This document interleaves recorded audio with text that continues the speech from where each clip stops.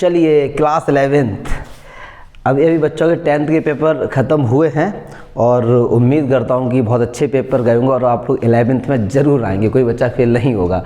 तो मैंने 9th और 10th का जो लेटेस्ट सिलेबस है उसको अपलोड कर दिया था और 11th का बचा हुआ था। तो बहुत से बच्चे ऐसे हैं जो कि जिनको पता है कि हम पास हो जाएंगे, तो वो अभी से 11th की तैयारी उन्होंने स्टार्ट कर दी। तो जल्दी से आज देखते हैं कि 11th क्लास के मैथमेटिक्स का सिलेबस क्या है और कैसे स्ट्रेटजी बनानी है, पूरे साल कैसे तैयारी करनी है, कौन से ऐसे चैप्टर्स हैं जो क्लास 12th में जिनका बहुत अच्छे से यूज़ है और अभी से बेस मजबूत लेके चलेंगे। और दिमाग से ये चीज़ निकाल दो कि यार 11th है तो थोड़ा रिलैक्स कर लेंगे। यही 99% बच्चे लोग गलती करते हैं।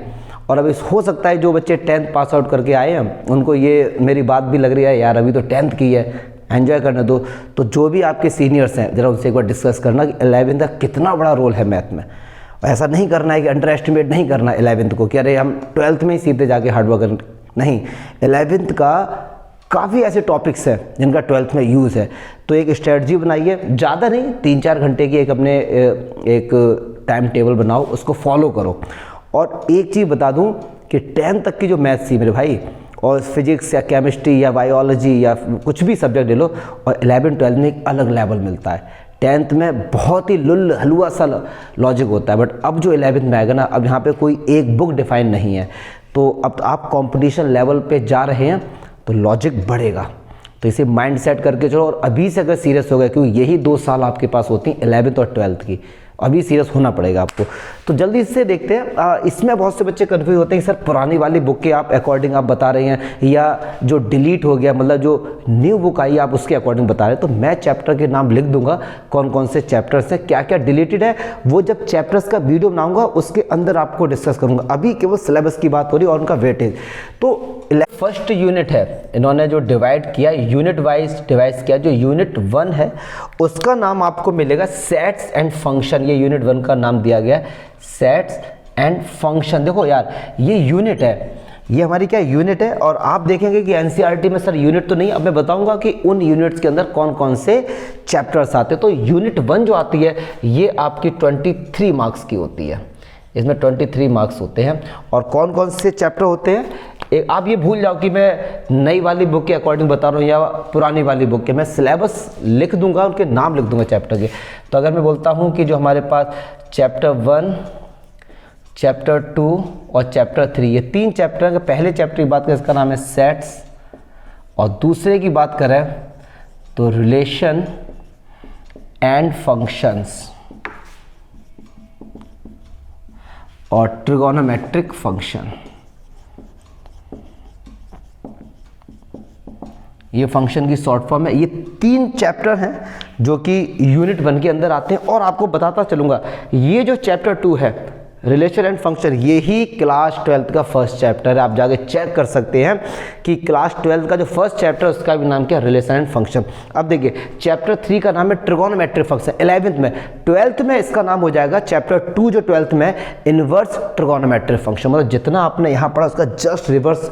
तो आपको ये चैप्टर तो आना चाहिए। जब आप 12th में जाएंगे तो दोबारा से आपको ये पढ़ना पड़ेगा। और अगर मैं बोलूँ जितने भी चैप्टर मैं लिखाऊंगा उनमें से ये पहले नंबर पर आता है। अगर ये चैप्टर आपको आ गया तो क्लास 12th कम से कम बता रहा हूं मैं 15 से 20 नंबर आपके हाथ में, इसका बेसिक अगर आपको समझ आ गया। तो ये यूनिट 1 है हमारे पास। अगर बात करता हूं मैं यूनिट 2 की, अलजेब्रा। यूनिट 2 का नाम क्या है जी, अलजेब्रा। अलजेब्रा ये सबसे ज़्यादा मार्क्स की यूनिट होती है। इसमें 25 मार्क्स होते हैं आपके। और इसमें कौन कौन से चैप्टर आते हैं, तो चैप्टर 4 अगर मैं पुरानी वाली बुक की बात करूं तो चैप्टर 4 डिलीट हो गया है, प्रिंसिपल ऑफ मैथमेटिकल इंडक्शन। तो मैं आपको नाम लिखता जा रहा हूं, इसीलिए पुरानी वाली बुक के अकॉर्डिंग बता रहा हूं मैं आपको। तो जैसे उसमें एक चैप्टर 5 है हमारा, चैप्टर 6 है, चैप्टर 7 है, चैप्टर 8 है एंड चैप्टर 9 है। तो ये हमारा होता है कॉम्प्लेक्स नंबर। चैप्टर 6 का नाम है लीनियर इनइक्वलिटीज।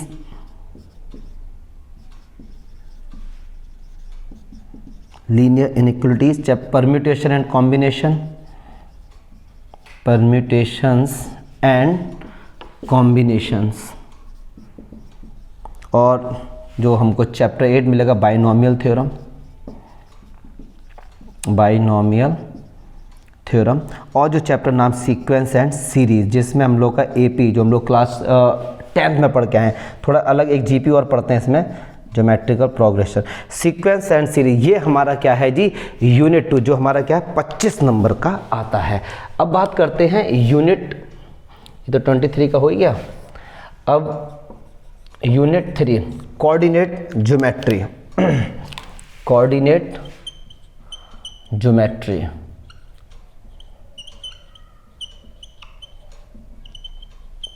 कोऑर्डिनेट ज्योमेट्री, ये हमको देती है 12 नंबर, 12 मार्क्स हमको ये देती है।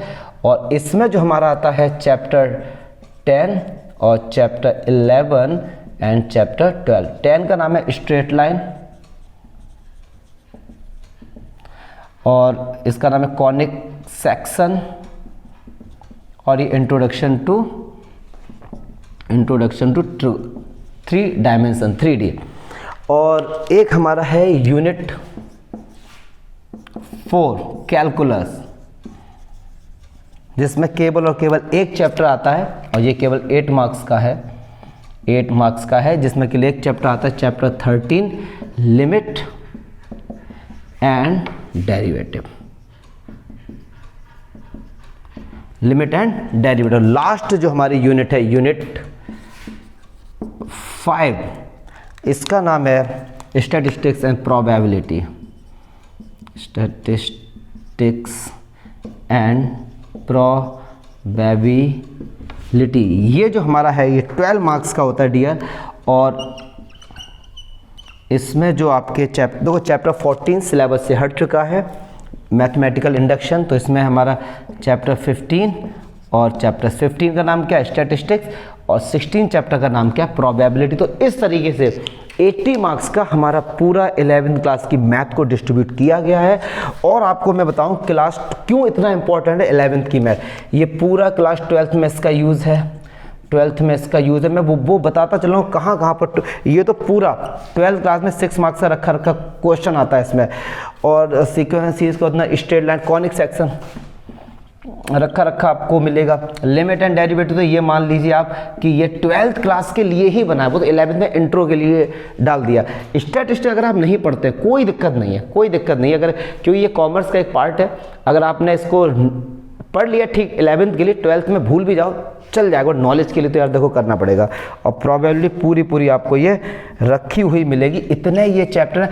अब एक 12th क्लास में एक टॉपिक है 3D, उस चैप्टर का नाम है 3 डायमेंशनल, बट वो वाली 3D। और जो 11th में ये अलग है, मतलब अगर 11th का बेसिक भी आधा चल जाएगा तो ये भी आप 12th में कंसीडर कर सकते हो, बट उतना नहीं, बट बेसिक एक लेक्चर में ये खत्म हो जाएगा 11th क्लास का। तो कितने ऐसे चैप्टर्स हैं देखिए, 1 2 3 और ये 4 5 6 चैप्टर तो ऐसे जिनका दबा के यूज़ है भाई साहब। तो लगभग 14 चैप्टर में से 6 चैप्टर 50% तो ये है कि 12th के लिए ही बनी है। और अब देखो बेसिक के लिए आपको वहाँ पे कॉम्प्लेक्स नंबर का यूज़ हल्का मिलेगा, है बाइनो सीक्वेंस सीरीज़ का यूज़ मिल जाएगा, लीनियर प्रोग्रामिंग का यूज़ मिल जाएगा। और आपने एक चीज़ देखी होगी कि 12th क्लास का cbse.nic.in पे जब आप जाएंगे तो वहाँ पे अगर आप पूछें कि भैया कौन सी बुक से हम तैयारी करें, तो वो 2 बुक प्रेफर करेंगे आपको कि NCERT 11th text book and NCERT 12th text book. तो 11th और 12th दोनों का ही आपको पढ़ना है। और इसके साथ साथ अगर मैं बोर्ड की बात करूँ, केवल अगर मैं कोई एडवांस लेवल पे या JEE लेवल पे नहीं बात करूँ, अगर मैं बात करूँ मार्क्स के लेवल, तो आपको NCERT टेक्स्ट बुक के अलावा NCERT एग्जाम्पलर, ये बुक तो आपको जरूर पढ़नी पड़ेगी। एग्जाम्पलर ऐसा मत समझना कि इसमें एग्जाम्पल होते हैं, ऐसा नहीं, ये बुक का नाम है एग्जाम्पलर, ठीक है। इसमें एग्जाम को लेकर आता है, एग्जाम को लेकर जो क्वेश्चंस आने की संभावना होती है उसको एग्जाम्पलर बोला जाता है। तो उसको आप अच्छे से करेंगे, 11th की भी आती है, 12th की भी आती है, 10th में आई होप आप लोगों ने किया होगा, और काफ़ी क्वेश्चन एग्जाम्पलर के रखे आए थे। तो इस तरीके से यार ये 11th क्लास का पूरा डिस्ट्रीब्यूट कर दिया है। और कल से वीडियो बनने स्टार्ट हो जाएंगे। बाकायदा पहले तो NCERT का इंट्रो पार्ट हर एक्सरसाइज का, उसके बाद example, then you will get a solution. और 11th क्लास का कंप्लीट करने के बाद NCERT एग्जाम्पलर के भी वीडियो इस बार मैं बनाऊंगा, क्योंकि यूट्यूब पर NCERT एग्जाम लोग बहुत कम यूट्यूब पे ऐसे वीडियोस हैं जो पढ़े हुए हैं। तो एक सीक्वेंस से लेकर चलेंगे और आपको सारे कंसेप्ट के साथ मिलेंगे। फिर भी अगर कोई डाउट है तो आप कमेंट बॉक्स में आप बताइए। और अगर वीडियो वगैरह कंटेंट ठीक ठाक लग रहा है तो देख लो यार।